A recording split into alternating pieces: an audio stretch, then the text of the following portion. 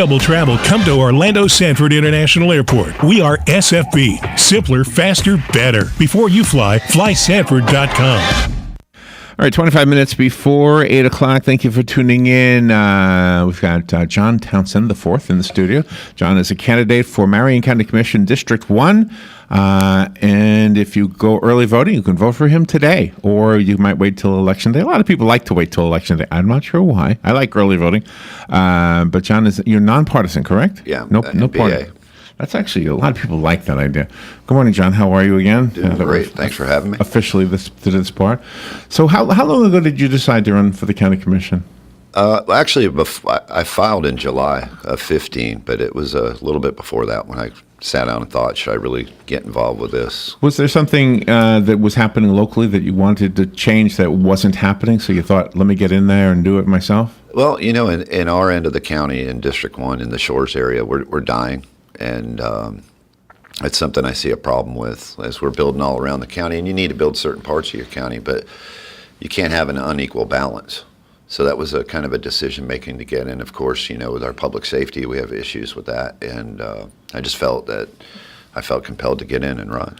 I think what you're saying is felt in a lot of parts of the county. A lot of people in Denellen, maybe Fort McCoy, they feel like the county commission is focused on Ocala, exactly, and specifically downtown Ocala, and I think you're expressing something. So even though you'll represent District 1 if you're elected, you'll have a soft spot in your heart, so to speak, for the other. Well, we represent the county as a whole. That's right. Once you're elected, I have a soft spot for District 1, but I understand Denellen's needs, and I understand the outer edges needs of the county. So, and I've been going around to Denellen and other areas of the county and speaking to just common citizens like myself. And that's one thing a lot of people don't focus on. When you're a candidate, they think you're above something. You're not. You're just a citizen. I'm a tax-paying citizen just like each and every one of them. And so I don't have a special golden wand. There's a group of 5 that need to work together, and that's what I want to bring is diversity to the Board of Commission, and worked with everybody on the board. And we've got 2 new great people that are coming on the board, and 2 people that have experience on the board. And I think it's time to be open-minded and bring someone different, NPA, in with a vision for the future of Marion County. And I think you've demonstrated in previous visits with us that you've got leadership qualities. And why that's important to me as a voter is because if you have a good idea, your next job is not only to convince us, the constituents, but also those other people on that board. And that's a question I get asked a lot is, how is an NPA going to get 4 other Republicans to turn around and work with you? Well, and you have to have that leadership and that skill to get in there with them. And just, when it's a good idea and it's important for the community as a whole, if you're not going to come on board with it, then there's your problem that lies within the county. Yeah. And that's the way it should be, because once a person's elected, those titles, Republican, Democrat, NPA, anything, should go away. Within a week. Yeah. Within a week, everybody gets over it, and we're back to the thing. Because you are representing now the whole constituency, not just any party or those with no party, yeah. Correct. Was there a reason why you didn't want to be part of a party? I stopped being part of a party years ago, and it's because my particular party is split up into many different divisions now, and and I see it on both sides. I see both sides that Republicans and Democrats both are splitting up, and especially in this election right now. That's the only thing right now with our race, District 1, is we're keeping it clean, and I'm holding my word. My end of the word is to keep the campaign clean. It's about me. It's not about my opponent. It's about the citizens of Marion County. I'm not looking for a job. I'm trying to make a commitment to the people in Marion County. Yeah. So we need to keep it clean. On the other hand, national, state levels, and even some of our other local races are starting to get in the mix in the dirtiness. In the primaries here in Marion County, it was embarrassing.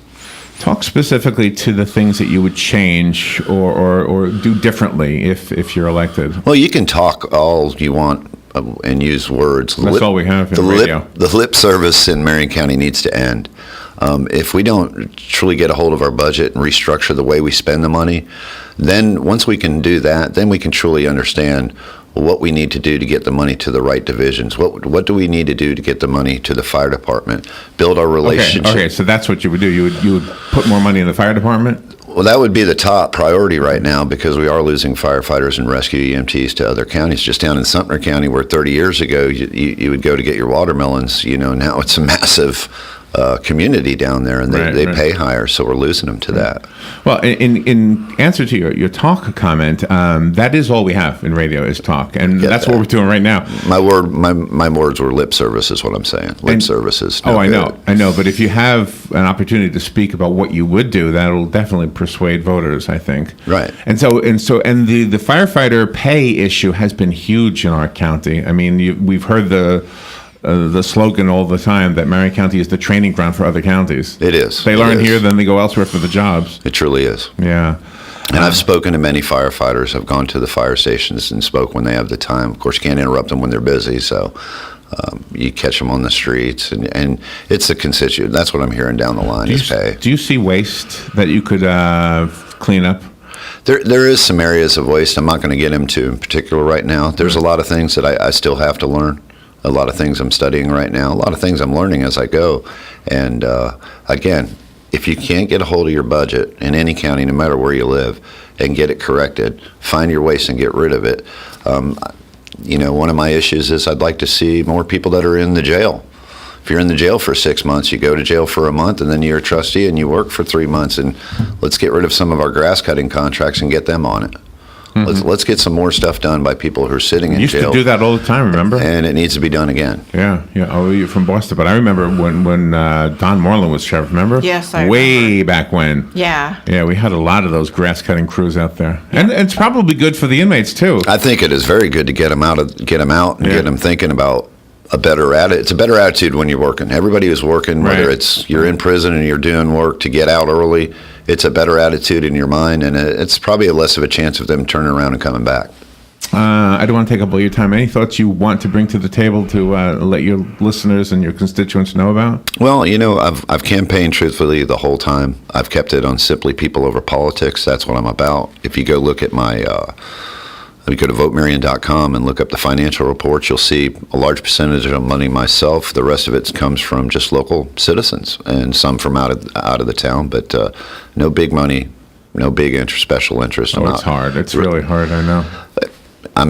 That's the part I'm excited about. You got to understand, as an NPA in Marion County, as a heavily Republican county, a lot of money was spent on the primaries. Mm-hmm. The money's obviously slowing down if you go and look. So we're doing what we can do. We're running a good campaign. And if anybody out there has questions for me, my email is www.vote4Townsend.com. Or you can go to my Facebook at Vote Townsend, and you can email me directly, and I will return your emails. A lot of people have been emailing me, calling me on the phone, and asking me questions. I have no problem getting back to people. What are the concerns of the people who do communicate with you? Is it their biggest concerns is getting replies back from their commissioners when they email? Oh, that is a big one. It's the huge thing. That's the biggest thing is their commissioners are not, and I'm not pointing out one commissioner or all commissioners, just that's their biggest concern is getting a reply back. And the simple fix is this. I bet commissioners get loads of emails. So you take the ones that are in one area, and you take a group of them and say, I'll be at this community center this night, and we can sit down face-to-face and talk. Oh, I like that idea, yeah. And that is one thing I'll do out in District 1 in the Shores is go to the community center once to twice a month and have an open night. And then if people really want their answers for their questions, they can come on out and we can sit down and do it, because you can't answer 10,000 emails. John, even in the media, and Robin is the one who calls, she'll call, she'll get an automated thing, right? Yes. And then you have to wait, and then nobody calls back. Right. Exactly. It is so frustrating to try to communicate with that particular board. Now, and it's and we're in the media. You would think that they would answer the phone for us. Right. And well, we have to correct that. We have to pay attention to the citizens of the county. We're not a special, like I said, we're not special. We are the Board of Commissioners. We do have a job to do. We have to take care of the citizens. We need to listen to the citizens, period.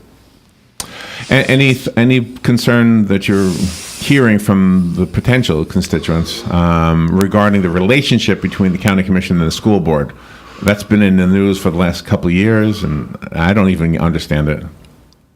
I'm hearing bits and pieces of it, but that's something else I really want to get into and understand better, get educated with. There's a lot of issues in Marion County, and some people have come up to me with some off-the-wall, but they're serious issues. And the water, what is it, the water drainage issue? Well, we have a big water crisis in Florida, period. And Marion County has its own, and that's kind of something that's swept under the table. And if you don't take care of it, I mean, water's your precious number one. Absolutely. Number one, yeah, okay? Yeah. So, we need to get aboard with really getting to understand that and studying that. And there's a lot of good candidates out there that are running for state levels that are really working hard to get that out, so. We've got a couple of minutes left. Give us a little bit, if you don't mind, a thumbnail sketch of your background. Where do you come? You said you're from Boston. How long have you? Let me give you a couple of minutes because I took your time. Where you from Boston? When did you move here? We came down in '81. My father worked for Martin Marietta, which is Lockheed Martin now. So I went to school here. Dual enrolled into Central Florida Community College, and he transferred down to Orlando. So I finished my school down in Orlando. Pretty much got right into construction right after school.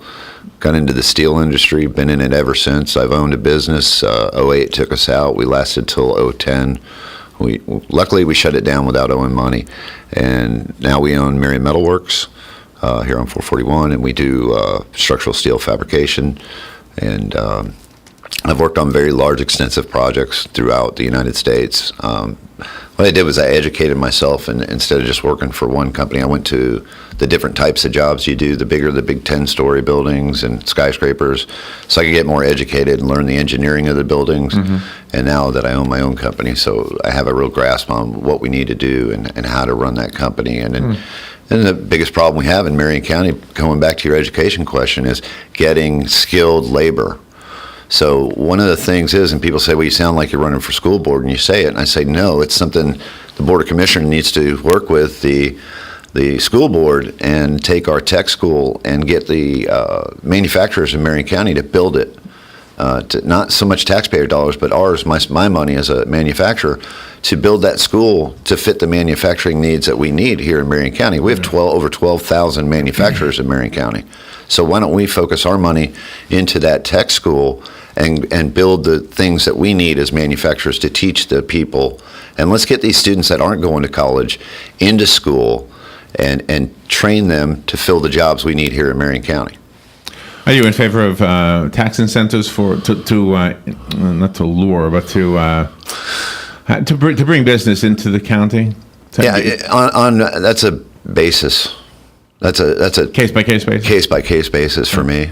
I mean, we've had companies that have been here for years that every once in a while they seem to come back to the table and say, "Hey, we need more. We need more," and that kind of bothers me. Bothers me too. Because we're trying to get, you've been here for so long, now you want to threaten to leave. Yeah. And I'm not one for losing jobs. I don't want to get rid of companies and losing jobs, but you can't just keep giving in. It's a tough call. Wow. Yeah. Well, you've made a great case for yourself, John. Thank you for coming in. Well, I appreciate your time. Again, your website is? It's www.votefortownsend.com, and the Facebook is Vote Townsend. You can get a hold of me from either one of those, and any questions you got to ask, go ahead.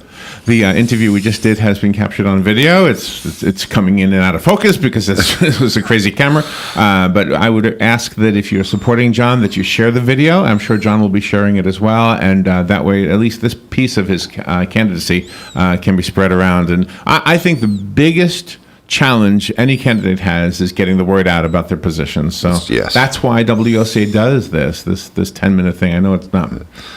We all appreciate it. It's not much, but it's 10 minutes. So thank you, John. Thank you very much. Thank you for coming in. All right, now we will take a break, and we will be right back. This is The Source, WOCA Ocala. The weather is brought to you by myfwc.com. Safe boating is no accident. On this Monday, a beautiful day with sunshine for the most part. The high